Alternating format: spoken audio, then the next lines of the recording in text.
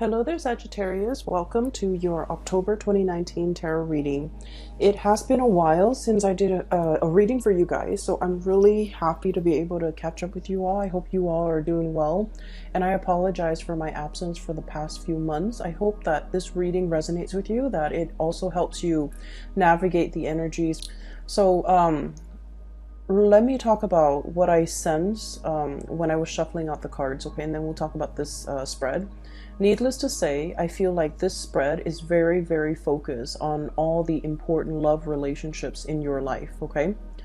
And I feel like we have four people here, like four court cards indicating people. And we have water signs, earth signs, and air signs. So you're dealing with a lot of people. And for some of you, you might be dealing with all three of them. Others, you might be dealing with facets of each of these characters. And then while others still might be dealing with like only one of these scenarios. But I feel like this is a month where it is very much about, figuring out the relationships in your life that are worth salvaging, the relationships that are worth still being in, and the relationships that have been draining. So I feel like there is a lot of reassessment going on here. Libra is about the balancing scale, and as we head into Libra season, I feel like the imbalances, unequal give and take, lack of reciprocity in relationships, in all partnerships, in all of our communication with another person will be very evident. And so it's a time for us to really take stock of what's not working or what is working, and to figure out solutions to balance out the give and take in relationships. Okay, so I feel like for a lot of the signs, for a lot of people in general, everything that has happened since the month of January moving into now in the month of October, I feel like you're getting signs and messages along the way to indicate to you what is lacking, what's not working in your relationship. And I feel that it's time for you to take the knowledge and the wisdom with you and try to either fix the relationship if you are still in love, leave the relationship if you're no longer in love, and seek the right partner that will give you that sense of equal balance, give and take, and reciprocity, so that you can move on to better relationships. So it is an important month to put theory into practice, to figure out what you have already learned and how to implement that into the world, okay? So when I was shuffling out the spread for you, I saw two images. The first one is I see you sitting at a table, and it looks like a karaoke bar. There's like a stage, a makeshift stage. It's not a platform or anything. It's just an area they cleared out. There's a microphone in the middle, and you're sitting at a table and you're looking at somebody. Their name is called up, and so it's like an open mic night, and it's at a bar. You're having your drink, and you're a man.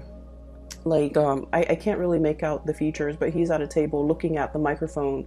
The name is being called on the mic, and the next person who's supposed to sing a song steps up to the mic. The music starts, the soundtrack, the cues, the lyric cues start, and this person is ridden with stage fright.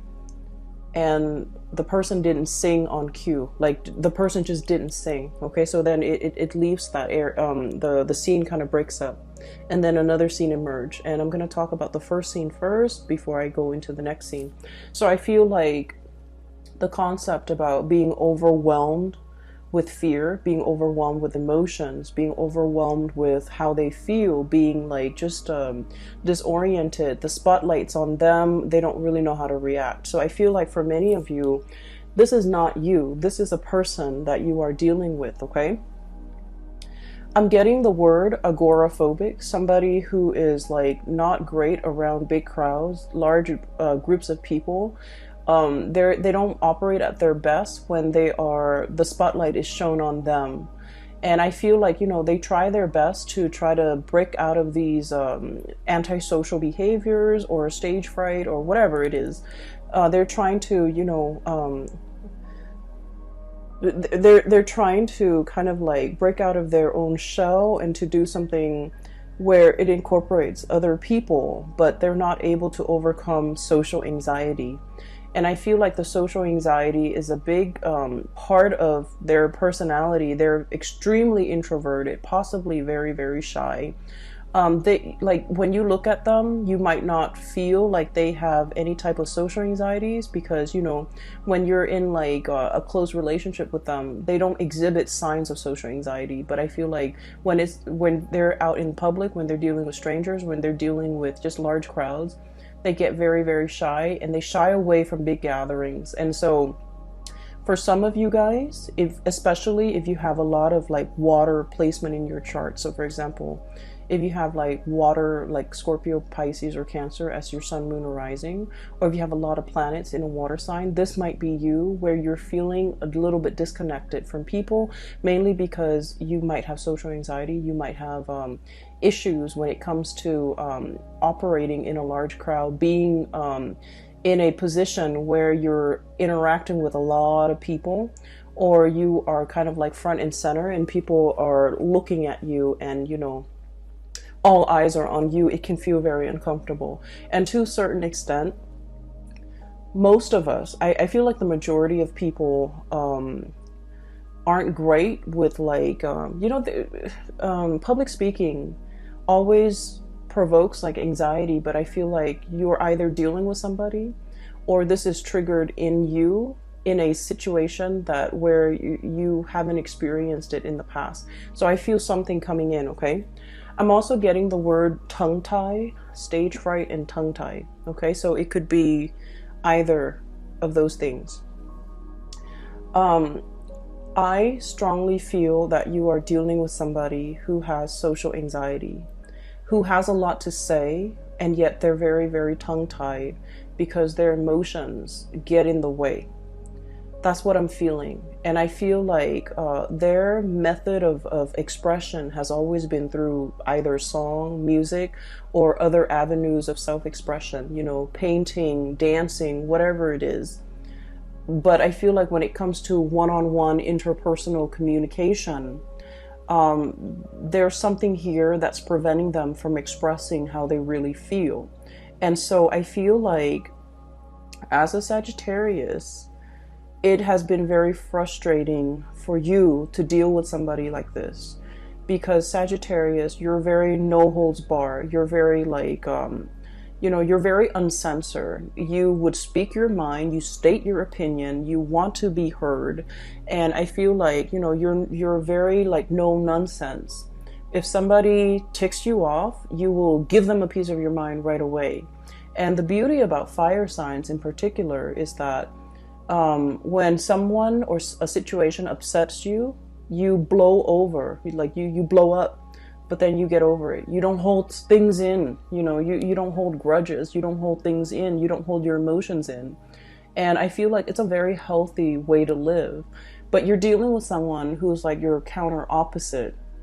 Okay, like you're a counterpart that's like your total opposite, excuse me. And they hold a lot of stuff in. They're used to repressing. They don't say what's on their mind.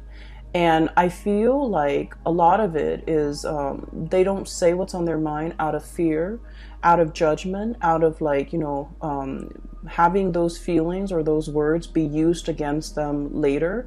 So, you know, in this day and age with social media, with digital communication, a lot of things can be taken out of context. A lot of situations too, like we can't really retract and rescind what we say, because things are permanently on social media or on some type of a public forum, or once something has been said and the way in which they have been said, the tone that is used, it's really hard to take back. Okay, once we form a strong opinion and we verbalize that opinion, it's very, very difficult to take back. And so you're dealing with somebody who's aware of all of this. And so they're very calculated when it comes to the things that they say, how they communicate, what they communicate, and who they communicate these messages to. And from your perspective, you might feel like, oh my gosh, they are so cowardly. They are so they are so censored, they are so repressed, they are so scared, they don't know what they want. And so you run through the gamut, like these myriad of reasons why somebody or the other person might not, you know, express how they feel. But I feel like there's a I feel like, yes, they might be all of those things, but the important thing is that they have been repressed for a very, very long time. That was like a survival mechanism. That was how they dealt with grief. That was how they dealt with changes. And that was like, it's purely survival, okay? I don't blame people when they do things on a purely survival basis. Even as an adult, you know, we're conditioned to behave a certain way. And so I feel like it's hard for you to understand this person. It's very, very hard for you because you are out and free and you know, unaffected, okay? And you're very uncensored. And so you don't understand how somebody could be so different from you. So I feel like there's a lack of understanding here, but I also feel like there are issues with the other person. And I feel like a mix of cowardly, a mix of stage fright, a mix of social anxiety, a mix of repression, a mix of, you know, just life experiences that makes them very, very calculated when it comes to what they say, calculated when it comes to what they, to expressing their emotions. Okay, so that's where we're at. Okay, so that's the first thing with that karaoke situation. The second image that I'm seeing here is I have this little boy. He's wearing a raincoat and his little backpack, and it's like in the morning, and it's kind of drizzling outside, and he's waiting for the school bus. Okay, so he's about like 5 or 6. He's waiting for the school bus. The school bus is supposed to pick him up in front of his house, but he's in the porch because it's kind of sprinkling. And he's debating, you know, I don't want to go to school today. Kids are mean to me, or, you know, I just don't want to go to school today. I don't want to be in school. It's kind of rainy. I'd rather be home. I'd rather like, and I don't feel that great. And I feel like he doesn't feel that great. It's the weather affecting him. But, you know, children, they can't really verbalize these things. So he's just like, I feel crummy. I want to stay home today. I should tell mom that I don't want to go home. So he's like running through these thoughts in his mind.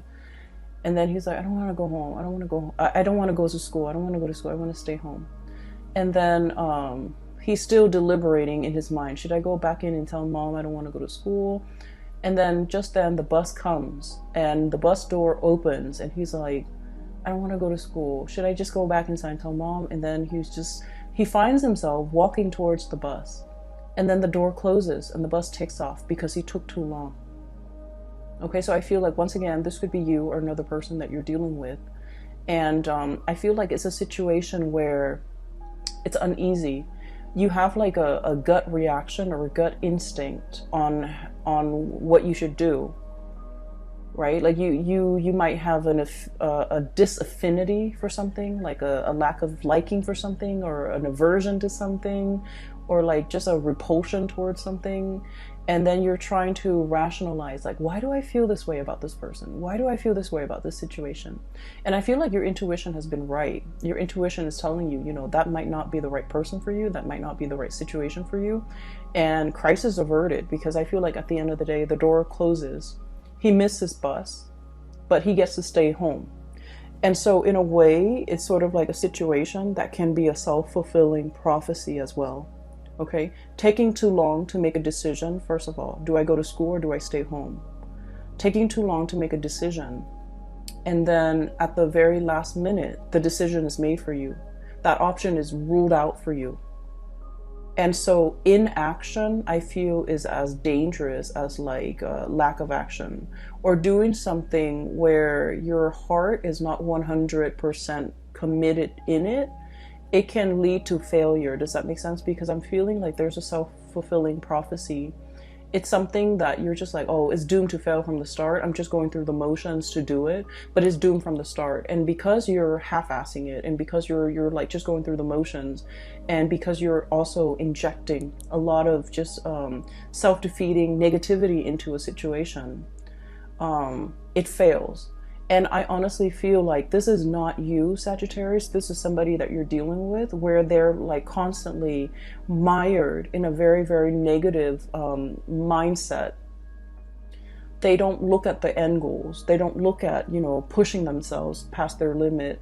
They let fears and discomfort gets the best of them. They don't challenge themselves. They're not inspired to be a better person. They're not, you know, grasping for these high ideals. So then whatever they do inevitably flops. And you might have witnessed this. You might have been, you know, dealing with them when they go through life and making these decisions. And it's like, the hardest people for a Sagittarius person to be around are people who are very, very negative, okay? I feel Sagittarius people are the most optimistic, are the most carefree, are the most like, you know, it's gonna work out, like just fearless people that I've ever encountered. And I feel like you're dealing with someone who's a naysayer, who's very mired in negativity, who's constantly like, they do things and they're just like, oh, it's not going to work out. So they give up even before they even try. They give up even before the situation started, or they shut something down before it has an opportunity to get off the ground. And you're realizing it now. You're realizing that energetically they are affecting you, okay? The other part of this that I want to emphasize is he wanted to stay home, right? Like the little boy, he wants to stay home. He didn't say anything. And then I feel like there's something here about, you know, tongue tie, not being able to speak, not having the right vocabulary, not feeling fearful, feeling afraid, feeling censored, okay? So those are the key words as we head into this month, and hopefully these messages will provide a lot more clarity for you when you're dealing with with another person that behaves this way. So right off the bat, what I'm feeling is this is a month of major communications, okay? And especially as it relates to like feelings, emotions, being like where things are kind of laid bare, they're out in the open, they're happening very fast. This to me indicates usually like electronic communication that comes out either physically in person or like electronic communication where they're coming at you very, very, very fast and you have like a split second to respond, or timeliness when it comes to your response is very important, okay? So there's a lot of communication here. If we're looking at the situation, I feel like if in the past there has been a channel of communication that has been blocked, where you feel like you have to literally pry the answers out of the lion's mouth, okay?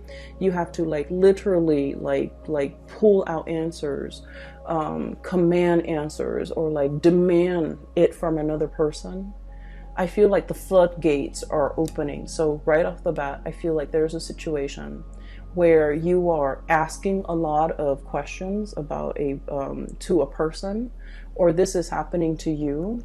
And I feel like for many of you, if it has been, you know, the past few months of like constantly communicating with someone, wanting clarity, wanting like certainty, wanting something solid and concrete, I feel like the floodgates are finally opening because you have been dealing with somebody who is very tongue-tied, who's very afraid, who is very calculated in the way that they communicate, in the way that they speak.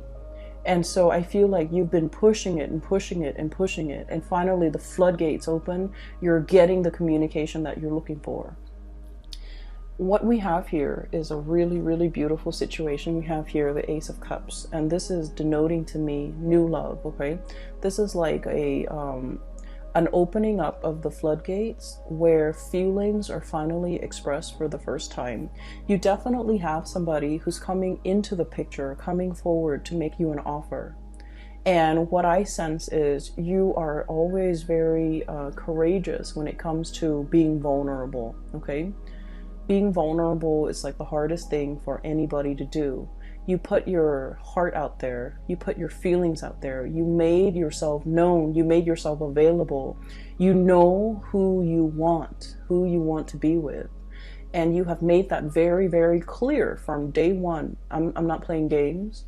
I want this, and this is all that I want. And I feel like because you have been adamantly pursuing it, there's definitely somebody coming into the picture for reciprocity, to reciprocate this outpouring of love, somebody who's very touched, who's very like, they might have been guarded in the past, but now they're in a position where they trust what you have to say. They trust your emotions. They trust your feelings. And they're still very much shy and trepidatious about making this big leap towards you, jumping in the water, enjoying this relationship even. But they're making an effort, okay? So I feel like it's slow, but it is very steady. And then I also feel like there was a situation in the past where somebody was too strong with their emotions, and I feel like they were too strong, too direct, too fast, too soon. And I feel like the other person got really scared, and they've had some time to mull things over, and now they're coming back in to reciprocate, to have this conversation, to talk about things, to offer you, they might say like, well, wait a minute, you're coming a little bit too strong, but I do like you, and I feel like, let's take it slow. So I feel like there's somebody here who's wanting to slow things down, not because they don't feel the same way, but because they're rational. And I feel like, they don't want their emotions to get the best of them, okay? It's not a bad thing to slow things down, but I definitely see a situation where there is tremendous outpouring of love, and you're going to get that reciprocity between you and another person. The other person has been thinking about you, okay? We have here deep in contemplation when it comes to matter of the hearts, the Queen of Cups. Deep contemplation. How's this going to work? How's the future going to look? How are we going to work together as a unit? Where are we going to live? What are we going to do? How do we navigate each other's energies? How do we live in the same space? How do we share resources? This is like serious contemplation, okay? The Queen, she's rational. And in this situation, I do feel like you're dealing with someone who is very mired in their emotions for you. Like it runs very, very deep. This is someone who's very, very maternal or paternal. So they have like a parental energy about them. They might have children. They might be I'm seeing somebody who like really knows how to take care of another person. They don't enter relationships unless it's the long haul. So they might have, dated only like a few people, okay? And so when they date, they think about long term. They think about, the marriage, the engagement, the house, the kids, the happily ever after. They don't rush into a situation just to see what happens. If it doesn't work, then we'll separate. They don't do that. They don't play like that. And so I feel like your direct energy might intimidate them, might scare them, and it might even make them feel like you're not here to stay. Like they might think you're not as serious. They might think that you're a serial dater. They might think you're after the thrill of the chase, and they might not take you at your word or take you at face value or take you seriously. So I feel like they've been thinking over this about you for a very, very long time. And emotionally, they feel the affinity towards you. They feel that pull, okay? I'm seeing a situation where somebody's definitely coming forward, okay? This is the Chariot, forward momentum, two disparate energies working together, moving the Chariot in the same direction. So I do see, and I say this a lot with Sagittarius, you and a partner who might be from, like an interracial type of a situation, okay?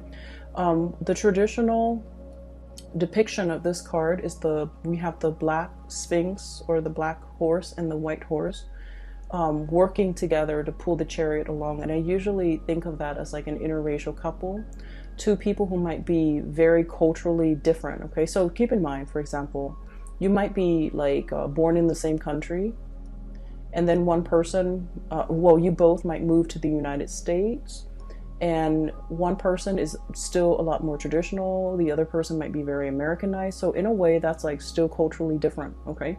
So I see variations of that in this card, where you and the other person, there might be a lot of cultural differences that you have to learn about one another. You have to understand about one another in order to make it work. And so there might have been a lot of difficulties in the past to overcome in this relationship as a unit. There might have been a lot of communication problems. You never gave up on it. You never threw in the towel because you knew intuitively that, you know, it was worthwhile, it was worth it. And you knew, you felt how they felt about you. You felt it even though they never said it, because they were scared of their feelings. They were afraid of being found out. They were afraid of, like, you know, how they felt. They were afraid. They were running from it. And I also feel like they were so, it caught them off guard, and the feelings were so strong that it was hard for them to verbalize it, and they were afraid of it. They didn't want to face it. They didn't want to admit to it. They didn't want to talk about it. But moving forward, I feel like there's a breakthrough here where the floodgates open, and this outpouring of love and emotions is definitely coming through, where the other person is coming into the picture, wanting a conversation and wanting to build, okay? You have another character here, so that's, I see one person who's very afraid, and then I have another person who's very calculated with their words, with the things that they do. They're very measured with what they do. So this is one person here, and I see another person.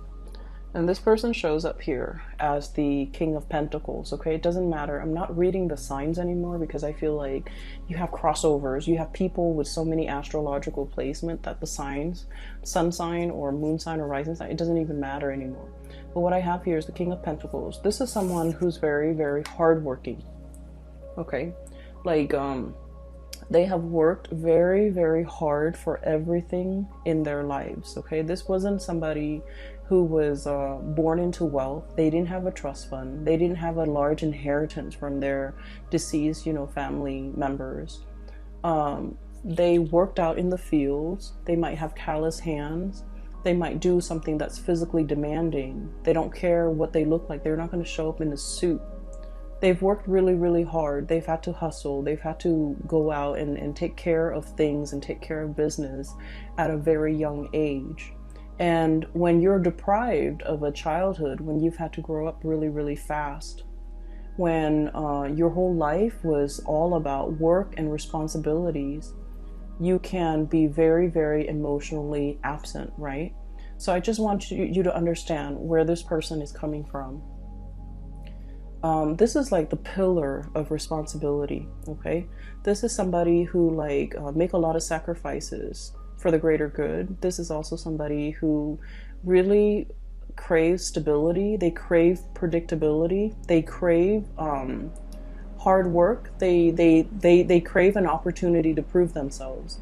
And so just imagine you're dealing with someone like that. And when they look at you, you're hot, fiery, and passionate. You're very unpredictable. You're very uncensored. You're very no holds bar. You're very impulsive as well, I feel. But you're so lucky because your impulses don't get you in trouble. But Aries do. And I feel like to a certain extent, Aquarius and Leo, their impulses, you know, and Pisces, their impulses often get them in trouble. But I feel like you're ruled by, you know, Jupiter, which is the planet of luck. You have a guardian angel, and you never get yourself in sticky situations for very long. There's always an out for you. But the point is, they look at you, and everything that you do is like runs counter to everything that they have done thus far to achieve everything in their life. So they look at you as a wild card. They look at you as kind of like, it's exotic and fun and exciting and passionate, but it's unstable. That's how they perceive you. And so this is not somebody that enters situation, relationships, friendships, with like, you know, arms wide open. They're calculated with the things that they say. They're calculated with, you know, projecting outcomes. They crunch numbers. They think about odds and probabilities. And I feel like the odds of them going after you is very low, mainly because they feel like it's a wild card. I feel though there's still going to be communication with you and this person.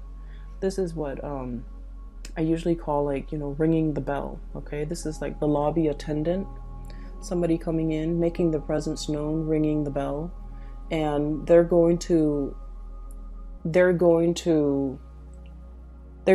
their presence known. There's still going to be communication. They're still enthralled and seduced by you. And I also feel like they're still very much like wanting that connection. But I do sense, and I'm not into, telling you to change your behavior or anything like that in order to be with this person. I just feel like it's going to take some time. It's going to take some time for them to learn to trust you completely. It's going to take some time for the two of you to work out your differences. It's going to take some time for this person especially to really open up. And in the meantime, the love, the affection, the chemistry is great. And the attention that you give them is really good for their ego. They really enjoy it. But I feel like there's a little bit more of a heart-soul connection here. But I also feel like you're putting a lot of work in this situation. It is time for you to kind of like step back a little bit and let this person come forward towards you. So don't take this burden upon yourself. Let this person share the burden. Let this person do the work. As soon as you realize that you can lay down these wands, you're going to know that, this person is so reliable. They're going to pick up those wands and walk alongside you. So I feel like there's a situation here where you're pushing, and pushing. And you might need to take a breather, take a step back, and they're going to start to come forward, okay? So don't do things out of just... don't do things out of that impulse of emotion, needing to show the other person, needing to prove to the other person. I feel like it's time for you to kind of like give this connection a little bit of a rest, because then you're going to realize that they're going to come in and reciprocate. What we have here is your ships finally coming into the picture. Okay. I see a lot of career success here for many of you. I mean, aside from this situation, I do feel like you're in a position where you're in a leadership capacity. You're leading people, you're teaching people, informing people. People are coming by to ask for your opinions, your ideas, and things like that. And so you're in a really good position professionally. You have been spending a lot of time working on this area of yourself, either bearing yourself from in work, or working on projects that really bring you a lot of joy and passion, like projects that are expansive, that are helpful to humanity, I feel, in some way, and just projects that you closely, your values and the values of the projects are closely aligned. And because of that, I feel like you're hedging, or you're on the verge of, some major breakthroughs when it comes to your career.